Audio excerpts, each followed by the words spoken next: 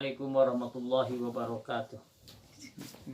Alhamdulillah wassalatu wassalamu ala rasulillah Sayyidina Muhammad ibn Abdullah wa ala alihi washabihi wa mawalah wa ba'd. Saudara-saudaraku yang beriman, alhamdulillah kita bertemu di hari keempat di pagi yang cerah usai menunaikan sholat subuh berjamaah. Insya Allah kita akan bersama belajar dari hadis-hadis Rasulullah SAW yang salah satu tema dari kajian subuh ini adalah berjulung tentang keutamaan malu atau rasa malu dan keutamaannya. Ini diambil dari kitab hadis Riyadhus Shalihin, dari sarah kitab Nuzhatul Muttaqin yang berbahasa Arab. Itu ada pada bab ke-84 halaman 561, atau ada di sarah kitab Nuzhatul Muttaqin sarah Riyadhus Shalihin bab ke-84 halaman 749 dalam versi bahasa Indonesia. Terima kasih kepada semua pendengar-pendengar setia, saudara-saudaraku seiman, dimanapun berada. Mari kita bersama-sama seolah-olah kita berhadapan dengan Rasulullah Sallallahu Alaihi Wasallam dengan mengkaji hadis-hadisnya. Ada beberapa hadis yang bercerita yang diriwayatkan tentang malu dan keutamaannya. Yang pertama hadis riwayat Ibnu Umar atau Abdullah bin Umar. Itu di hadis pertama dari bab ke-84, hadis ke-681 dari permulaan kitab Riyadhus Shalihin. Kemudian di hadis kedua dari bab ini atau hadis ke-682 riwayat Imran bin Husain. Dan yang berikutnya hadis ke-683 riwayat Abu Hurairah. Dan hadis ke-684 riwayat Abu Sa'id Al-Khudri radhiyallahu anhu. Marilah kita bersama-sama merendahkan hati kita, menundukkan hati kita dengan berharap semoga Allah di pagi hari ini, hari Senin, tanggal 4 Ramadan 1441 Hijriah, tanggal 27 April 2020, Allah memberikan ilmu, amal dan keikhlasan kepada kita semua. Saudara-saudara yang dirahmati Allah Subhanahu wa taala, hadis pertama dalam bab al-haya wa fadilatuhu wal hissu ala takhalluq bih. Menjelaskan tentang ini riwayat Ibnu Umar ya, atau Abdullah bin Umar radhiyallahu anhuma. Anna Rasulullah sallallahu alaihi wasallam marra ala rajulin minal ansar wa huwa ya'izu akhahu fil haya faqala Rasulullah SAW da'hu fa innal haya'a minal iman, muttafaqun alaih. Hadis riwayat Imam Bukhari dan Muslim. Ibnu Umar radhiyallahu anhu berkata, Rasulullah SAW pernah bertemu dengan seorang ansor yang sedang menasihati saudaranya tentang malu. Kemudian Rasulullah SAW bersabda, cukup, karena sesungguhnya malu itu sebahagian dari iman. Muttafaq alaih.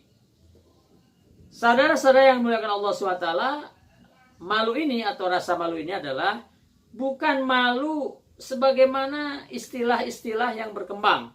Mau ke sana, mau ke sini, mau pergi ke sini, ke sana, kemudian muncul, malu bukan itu malu di sini. Tapi malu ini adalah sesuatu sifat karakter, karena malu ini lahir dari karakter iman. Tidak mungkin malu ini lahir tanpa karakter iman. Dan karakter iman ini akan melahirkan seluruh sifat-sifat mulia, termasuk rasa malu atau sifat malu. Nah, sifat malu adalah sifatun takumu fin nafsi, karakter yang menetap dalam jiwa seorang mukmin dan mukminah, muslim dan muslimah, yang mendorong untuk meninggalkan segala sesuatu yang tercela dan melakukan segala ketaatan-ketaatan, meninggalkan semua dosa-dosa. Itulah rasa malu yang dimaksud. Dari hadis pertama kita bisa mengambil kesimpulan. Yang pertama adalah keutamaan malu yang merupakan kesempurnaan iman. Karena orang yang mempunyai rasa malu akan berhenti melakukan kemaksiatan dan mendorongnya melakukan ketaatan. Yang kedua, sifat malu itu adalah merupakan fitrah dan potensi yang ada pada diri manusia. Semuanya memiliki potensi ini. Tetapi sifat itu dapat berkembang dan terus bertambah seiring dengan perkembangan akhlak, usaha, dan komitmen menjalankan syariah. Saudara-saudara seiman, yang kedua, hadis kedua, riwayat Imran bin Husain radhiyallahu anhu qala Rasulullah SAW, al-haya la yati illa bi khair, muttafaqun alaih, wa fi riwayatin li Muslim, al-haya khairun kulluhu aw qala al-haya kulluhun khair. Hadis ini menjelaskan bahwa rasa malu atau malu tidak akan mendatangkan kecuali yang baik-baik. Pada saat orang melakukan hal yang tercela, tidak bisa meninggalkan maksiat, tidak bisa meninggalkan yang tercela, berarti hilang rasa malunya, hilang pula rasa iman pada masa itu. Dalam riwayat Muslim disebutkan al-haya khairun kulluh, atau riwayatnya al-haya'u kulluhu khair. Bahwa rasa malu itu semuanya baik. Semua kebaikan hasil dari rasa malu. Nah, dari hadis ini kita bisa mengambil kesimpulan. Yang pertama, seruan untuk memiliki akhlak malu. Karena akhlak tersebut baik bagi pribadi dan masyarakat. Serta membawanya menuju kearifan dan menjauhi keburukan.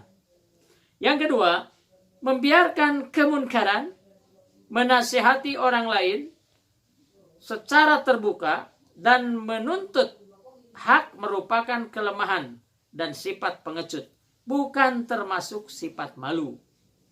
Jadi orang yang membiarkan kemunkaran, menasihati orang lain tetapi terbuka, sehingga ada merasa dibukakan aibnya.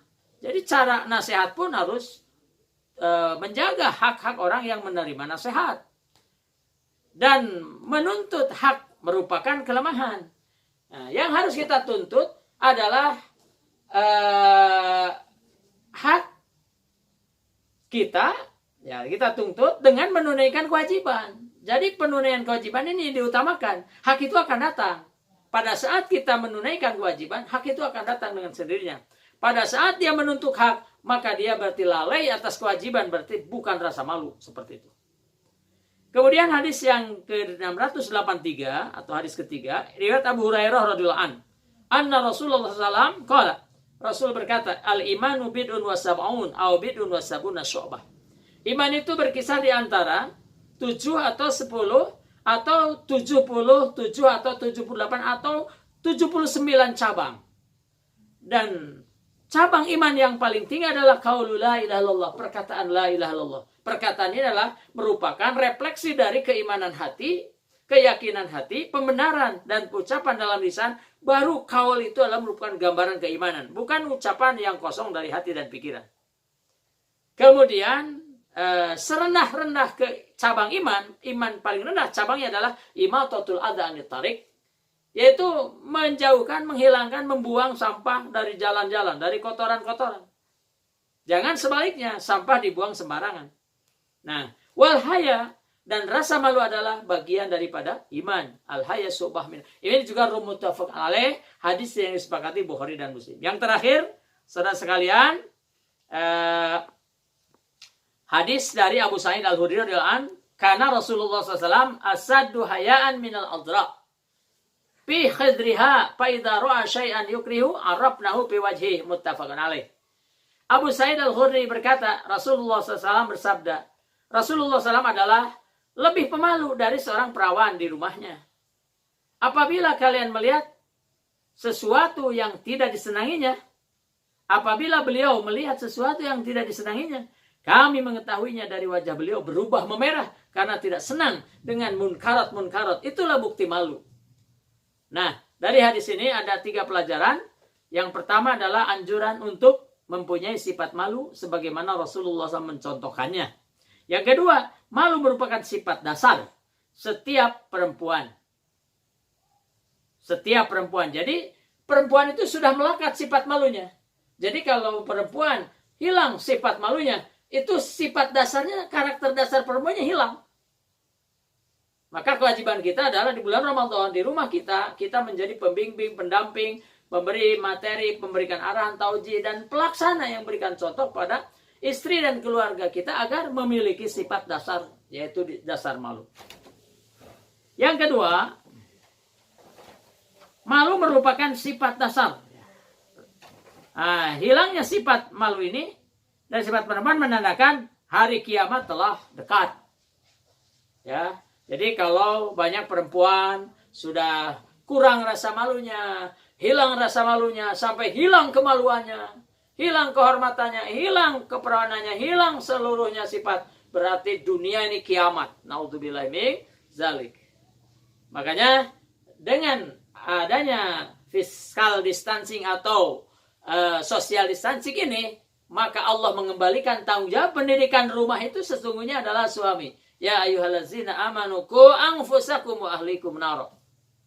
Jadi bisa di mafhum mukhalafahnya bahwa selama ini memang banyak laki-laki, banyak suami tidak bertanggung jawab atas keselamatan keluarga, terutama istri dan anak-anaknya.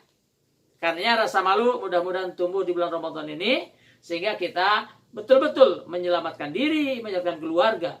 Tugasnya itu. Setelahnya baru wa anzir ashiratakal aqrabin, memberikan peringatan keluarga dan keluarga terdekat, kerabat-kerabat. Yang ketiga, terakhir, penjelasan tentang sifat malu pada diri Nabi SAW yang merupakan sifat terpuji. Dalam kitab Berjanji, Daibah disebutkan wa kana Rasulullah sadidal haya wa tawadu. Rasulullah sangat pemalu sekali. Artinya tidak ada satupun perilaku yang tercela dari Rasulullah. Tidak pernah Rasul melakukan pelanggaran-pelanggaran sekecil apapun. Bahkan istighfar dan taubatnya 70-100 tanpa beliau melakukan hal-hal yang buruk.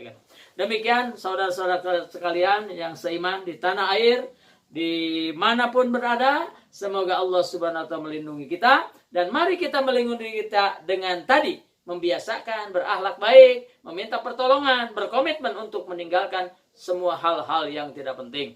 Kekurangan dan kelebihannya, mohon maaf dari kekurangannya, kelebihannya kita pinta kepada Allah, semoga Allah memberikan kelebihan-kelebihan dan mengurangi kekurangan-kekurangan kita.